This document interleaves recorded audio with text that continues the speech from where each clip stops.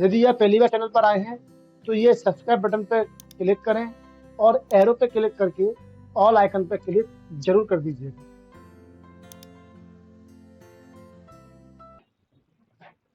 Table कैसे बनाते हैं वो मैंने कल आपको बताया था कि यहाँ पर इंसर्ट टैब में जाकर जब हम टेबल पे क्लिक करते हैं तो यहाँ से हम टेबल को बना लेते हैं, जिसके कई सारे तरीके मैंने आपको यहाँ पे बताए थे। अब इस टेबल पे काम कैसे करेंगे वो मैं बताता हूँ। काम करने के लिए सबसे पहले मैं एक टेबल यहाँ बना लेता हूँ जिसमें 4 कॉलम और 3 रो मैं इंसर्ट करूंगा। यहाँ पर टेबल आ चुकी है जिसमें मैं स्टूडेंट्स के नेम, उनकी क्लास का नाम, ठीक है। इस जगह पर मैं इनको बोल्ड कर सकता हूँ। सेलेक्ट करके इनको मैं यहाँ से बोल्ड कर दूंगा और फिर यहाँ पर मैं स्टूडेंट के नाम भर सकता हूँ और टैब की दबाता जाऊंगा तो मैं अगली सेल में आ जाऊंगा। मान के चलो ये क्लास DCA है। जब आप ज्यादा आगे आ जाएंगे तो आप शिफ्ट प्लस टैब दबाएंगे तो पीछे आ जाएंगे। हाँ, टैब से आगे आते हैं और शिफ्ट प्लस टैब से पीछे आते हैं। मैं यहाँ पर बेस्ट टाइम 9 बजे AM, मोबाइल नंबर जो भी इसका है वो यहाँ भर देंगे। नीचे आएंगे श्याम शर्मा PGDCA और बेस्ट टाइम 10 बजे से। अब टैब दबाएंगे तो टैब दबाने से आप देखेंगे नीचे अपने आप रो आ जाती है। अब इस टेबल पर काम कैसे करेंगे, मुझे यदि इसमें किसी टेबल के अंदर एक नई रो जोड़नी है कि यहाँ पर मुझे एक नई रो जोड़नी है तो कैसे जोड़ेंगे। आप ध्यान से देखिए, ऊपर टैब यहाँ पर दिख रहा है, लेआउट नाम का एक टैब आ गया है, एक डिजाइन नाम का टैब आ गया है। जब हम टेबल के बाहर क्लिक करते हैं तो ये दोनों टैब यहाँ से गायब हो जाते हैं। जब हम टेबल के अंदर क्लिक करते हैं तो ये दोनों ही टैब यहाँ पे आ जाएंगे। यहाँ लेआउट टैब के द्वारा हम टेबल के लेआउट को चेंज कर सकते हैं, यानी कि टेबल में कोई रो कॉलम मंगाना है तो उसको मंगा सकते हैं और उसे हटाना है तो उसे हटा सकते हैं। बात करते हैं कि नई रो कैसे मंगाते हैं। नई रो मंगाने के लिए आप 2013 MS ऑफिस के अंदर उस जिस जगह आपको रो मंगानी है उसके शुरू में जाएं, जैसे कि यहाँ मंगाना तो उसके शुरू में जाएं और दिखने वाले इस प्लस के चिन्ह पे क्लिक कर दें। जैसे ही आप इस पर क्लिक करेंगे तो ऑटोमेटिकली एक रो आ जाती है। इस प्रकार से हम इसके अंदर नई रो को मंगा सकते हैं। मैं अंडू करता हूँ, सेलेक्ट करेंगे और फिर आप लेआउट टैब में जाकर भी यहाँ से इंसर्ट बिलो और इंसर्ट एबव, ये बिलो के लिए और ये एबव के लिए ऑप्शन दिया गया है। आपको ऊपर यदि रो मंगानी है तो एबव पर क्लिक करेंगे और नीचे रो मंगानी है तो आप इंसर्ट बिलो पर क्लिक करेंगे। जैसे इस पर क्लिक करते हैं तो नीचे आप देखेंगे आपको यहाँ पर नई रो दिखाई देने लगेगी। इसी प्रकार से यदि आपको लगता है कि इसमें मुझे कॉलम मंगाना है जिसमें मुझे सेमेस्टर लिखना है कि किस क्लास के किस सेमेस्टर में स्टूडेंट है या पिताजी का नाम क्या है, तो मैं यहाँ पर क्लिक करके लेआउट पे जाऊंगा और यहाँ से लेफ्ट और राइट पे क्लिक कर सकता हूँ। यदि मुझे वर्तमान कॉलम जो मैंने क्लिक किया है, जिस जगह पे मैंने क्लिक किया है उस कॉलम के लेफ्ट साइड में कॉलम मंगाना है तो हम इंसर्ट लेफ्ट पे क्लिक करेंगे और राइट में मंगाना है तो इंसर्ट राइट पर क्लिक करेंगे। मैं इंसर्ट लेफ्ट पे क्लिक करता हूँ तो लेफ्ट में एक कॉलम आ चुका है जहाँ पर हम फादर्स नेम एंटर कर सकते हैं। यहाँ पर मैंने आपको insert above, insert below, insert left और राइट नाम के 4 ऑप्शन बताए जिसमें इनके द्वारा रो और कॉलम को मंगा सकते हैं। इसके अलावा हम जब कोई कॉलम इंसर्ट करते हैं तो कॉलम के ऊपरी कोने पर माउस ले जाएंगे तो आपको प्लस का चिन्ह दिखाई देगा, जिस पर क्लिक करते ही एक नया कॉलम इसमें इंसर्ट हो जाता है। यदि कोई कॉलम एक्स्ट्रा आ जाता है, आपको वो कॉलम हटाना है तो हटाने के लिए आप उसको सेलेक्ट कर सकते हैं और फिर डिलीट वाले ऑप्शन में जाकर लेआउट टैब में जाएंगे और डिलीट वाले ऑप्शन में जाकर डिलीट कॉलम कर सकते हैं। जैसे ही हम डिलीट कॉलम पे क्लिक करते हैं टेबल से चुना हुआ कॉलम ऑटोमेटिकली डिलीट हो जाता है और टेबल का आकार छोटा हो जाता है। मैं इस कॉलम को भी यहाँ से रिमूव करना चाहता हूँ तो सेलेक्ट करूंगा और यहाँ से इसको डिलीट कॉलम कर देंगे। ऐसा करने से आपके सामने टेबल के कॉलम हट जाते हैं, लेकिन टेबल छोटी हो जाती है। ये टेबल फिर से पूरी स्क्रीन पर आनी चाहिए, तो आने के लिए इसमें इस जगह पर आप देखेंगे ऑटो फिट नाम का एक ऑप्शन दिया हुआ है। ठीक है, जिस पर आप क्लिक करते हैं तो आप देखेंगे auto fit content, auto fit window और फिक्स कॉलम विड्थ। ये वही ऑप्शन है जो मैंने आपको विंडोज बनाते वो टेबल बनाते समय बताए थे। यदि आपको ये सेट करना है विंडोज के अकॉर्डिंग, तो आप ऑटो फिट विंडोज पे क्लिक कर देंगे, तो आपकी टेबल ऑटोमेटिकली विंडोज के हिसाब से स्क्रीन पर सेट हो जाएगी। ठीक है, यहाँ पर मैंने कॉलम को मंगा लिया, इसमें एक रो भी एक्स्ट्रा आ रही है। इस रो को भी हटाने के लिए मैं यहाँ से सेलेक्ट करने के बाद डिलीट रो पे क्लिक करूंगा, तो रो हट जाएगी। यदि मुझे इसके अंदर टेबल के अंदर किसी रो को इससे अलग करना है, तो अलग करने के लिए देखिए, आपको यदि अलग करना है तो आप उस रो को सेलेक्ट कर लेके और फिर ऑल्ट और शिफ्ट दबाएंगे। ऑल्ट और शिफ्ट डाउन एरो दबाते ही आपकी वो रो उससे अलग हो जाएगी। ठीक है, ऑल्ट शिफ्ट और down arrow, alt shift up arrow दबाएंगे तो वापस फिर से जुड़ जाएगी।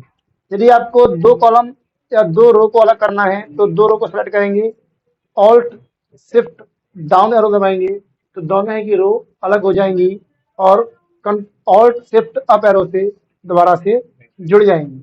इस प्रकार से टेबल को हम अलग अलग से जोड़ सकते हैं और उन्हें इस्तेमाल कर सकते हैं। यहाँ पर मर्ज नाम का ऑप्शन दिया गया है जो कि टेबल की सेल को मर्ज करने के लिए होता है। फॉर एग्जाम्पल मैं यहाँ पर सबसे ऊपर नाम देना चाहता हूँ कि ये किस चीज़ की टेबल है, तो मैं इसको जरा फर्स्ट में क्लिक करके एक नई रो मंगा लेता हूँ ऊपर, तो नई रो आ जाती है और फिर मैं इसको चुन के यहाँ से इसे मर्ज कर देता हूँ।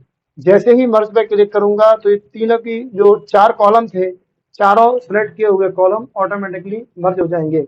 याद रहे, जब आप इसको मर्ज करेंगे तो पहले आपको इसे सिलेक्ट कर लेना होगा। यदि आप इन्हें सेलेक्ट नहीं करेंगे तो ये मर्ज नहीं होगी। ठीक है, तो आपको बताना होगा कि कितने कॉलम को या कितनी सेल को आपको मर्ज करना है, तो आप उतने ही डाटा को या रो को चुनेंगे और सेल को चुनेंगे। चुनने के बाद मर्ज नाम के ऑप्शन पर क्लिक कर देंगे। जैसे ही क्लिक करते हैं हमारे सामने चुने हुए सेल्स मर्ज हो जाएंगे और एक बड़ी सेल बन जाएगी। इस सेल के अंदर आप टाइप कर सकते हैं कि ये टेबल किस चीज की है। इसको मैं सेलेक्ट करके बीच में लेके आता हूँ, तो ये आप देखेंगे इस जगह पे अलाइनमेंट दिए हुए हैं, तो मिडिल वाले पे क्लिक करते ही ये मिडिल में आ जाएगा। अगर ये कॉलम आपका बड़ा होता तो इस प्रकार से सेल में हम इसे बॉटम में ला सकते हैं, ऊपर ले जा सकते हैं, लेफ्ट राइट कोने में, निचले कोने में, राइट कोने में और बिल्कुल बीच में ये।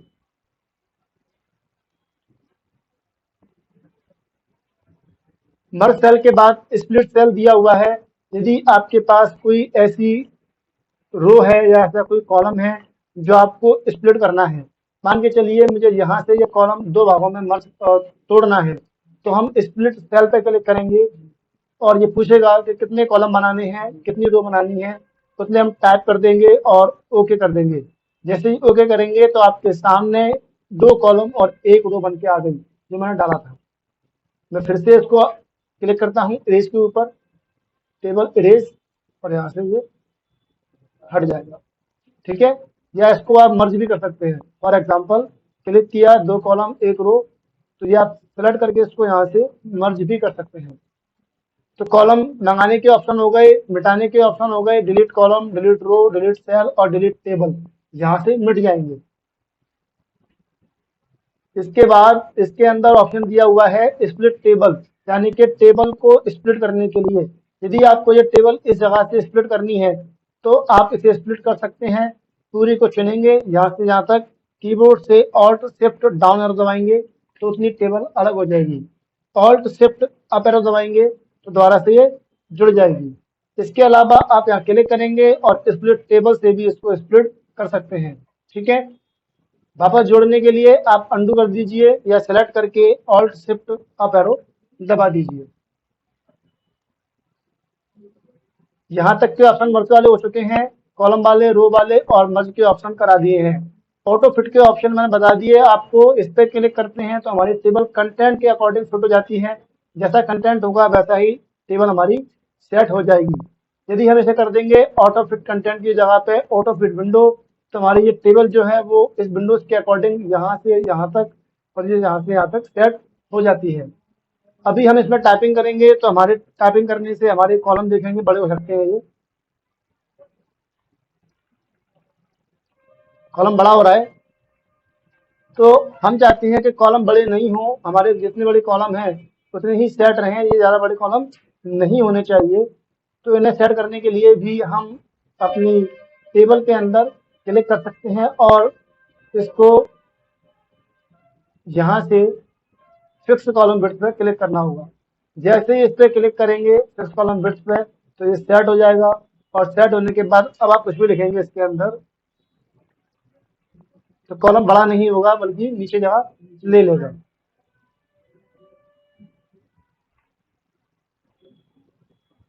ऑटो फिट के बाद हाइट और विड्थ दिया गया है। यदि आपको किसी रो की हाइट को ज़्यादा करना है तो आप यहाँ रो पे माउस ले जाएंगे दोनों लाइन के बीच में और यहाँ से इसको अपने से ज़्यादा और कम कर सकते हैं। ये कॉलम विड्थ के लिए होता है। आप इस पर क्लिक करेंगे कॉलम की विड्थ भी कम ज़्यादा हाई कर सकते हैं। इसके अलावा ये सारे टेबल अलग अलग कॉलम में साइज में है, तो यहाँ पे ऑप्शन नहीं आ पा रहा है, वरना यहाँ से आप ऐसे कर सकते हैं। देखिए सभी जैसी हो गई, सारे कॉलम बराबर बराबर। ठीक है ना। मैं फिलहाल अंडू कर देता हूँ। डिस्ट्रीब्यूट रो और कॉलम का मतलब ये होता है यदि आपकी टेबल के अंदर कोई रो छोटी बड़ी है, इसका साइज एक सा नहीं है, तो डिस्ट्रीब्यूट रो पे क्लिक करने से सब रो का साइज एक बराबर हो जाएगा और डिस्ट्रीब्यूट कॉलम पे क्लिक करने से सारे कॉलम के साइज एक बराबर हो जाएंगे। अलाइनमेंट बता दिए मैंने, डायरेक्शन दिया गया है, इस पे क्लिक करने से आपके डायरेक्शन चेंज हो जाएंगे। लिखे हुए टेबल के डाटा को हम किसी भी डायरेक्शन में इसे नोट कर सकते हैं।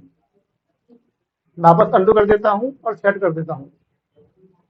ये सेल मार्जिन होता है। टेबल के चारों तरफ आप जब लिखते हैं, सेल के अंदर देखिए इतना गैप आ रहा है, थोड़ा सा गैप है एन के बाद, एन से पहले। तो इस गैप को हम कम करना चाहते हैं तो हम सेल मार्जिन पे क्लिक करेंगे और यहाँ से इसका जो मार्जिन है लेफ्ट साइड में बिल्कुल जीरो कर देंगे। तो ये डाटा जो होगा इसका जीरो पे क्लिक करते ही ओके करेंगे तो देखिए बिल्कुल चिपक गया है। तो इस प्रकार से हम टेबल के अंदर जब डाटा लिखते हैं तो उस सेल के डेटा को लिखते समय सेल मार्जिन को भी सेट कर सकते हैं। सॉर्टिंग करने का मतलब ये होता है कि आपने इसमें डाटा जो लिखा है उसको आपको क्रम में लगाना है ए टू जेड में। तो आप यहाँ क्लिक कर सकते हैं और असेंडिंग पे क्लिक करके ओके करेंगे। यहाँ पे आप कौन सा कॉलम करना है असेंडिंग में, पहला, दूसरा, तीसरा, चौथा आप सेलेक्ट कर लेंगे और फिर आप जैसे ही ओके करेंगे तो देखिए कि आपका नाम ARS क्रम में आ गया है। तो इस प्रकार से इन्हें हम क्रम में लगा सकते हैं। सॉर्टिंग के माध्यम से ये काम होता है। कन्वर्ट टू टेक्स्ट का मतलब ये है कि आपने ये टेबल बना ली है, बाद में आप चाहते हैं कि ये टेबल ना रहे, ये सिंपल टेक्स्ट बन जाए, तो आप इसको यहाँ पे क्लिक करके टैब पे क्लिक करेंगे या पैराग्राफ बनाएंगे, वो क्लिक करके आप ओके कर देंगे तो ये सिंपल नॉर्मल एक टेक्स्ट में कन्वर्ट हो जाएगा। वापस मैं अंडू कर दे, ये आ चुका है। कन्वर्ट करने के लिए फार्मूला का इस्तेमाल करते हैं नंबर वगैरह में। मान के चलो यहाँ पर इनकी कोई वैल्यू है, ये मोबाइल नंबर नहीं है और ये 20 39 42, यहाँ क्लिक करके आप क्लिक करेंगे फॉर्मूला पे और आप देखिए दिखा रहा है बराबर सम एबव, यानी कि ऊपर जो लिखा हुआ है उसका सम आ जाए। तो आप ओके करेंगे तो यहाँ ऑटोमेटिकली पूरे का टोटल आ जाएगा। तो ये इसलिए इस्तेमाल किया जाता है कि ताकि हम टेबल पर छोटी मोटी कैलकुलेशन कर सकें। ये हम एक्सेल में अच्छे से करेंगे तो यहाँ कोई खास इसका इस्तेमाल नहीं होगा, लेकिन छोटी मोटी कैलकुलेशन करने के लिए वर्ड में फॉर्मूला दिया गया है। ये ऑप्शन बचे आपके, इससे क्या होगा, इरेज टेबल पर क्लिक करने से आपकी टेबल को अपन ये ड्रॉ टेबल पर क्लिक करने से आप टेबल को ड्रॉ कर सकते हैं। जैसे आप इस पर क्लिक करेंगे तो आप अपने हिसाब से कोई टेबल नहीं ड्रॉ कर पाएंगे। जैसे बनानी है, यदि ये आपको अलग बनाने चाहते हैं अपन नीचे, तो ये अलग बना लीजिए, उतनी रो उतने कॉलम ऐसे बना सकते हैं। फिलहाल और इरेज करने के लिए आप क्लिक करते हैं टेबल पे, तो ऐसे इसको अपन इरेज भी कर सकते हैं।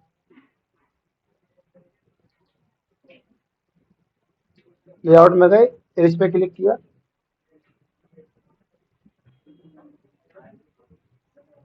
ठीक है। टाइम लगता है ऐसा हटाने में, आप एक बार में हटाना है पूरी टेबल, तो उसके लिए भी ऑप्शन दिया जाता है इसके अंदर। वो ऑप्शन ये है कि आप लेआउट में जाएं, डिलीट और टेबल,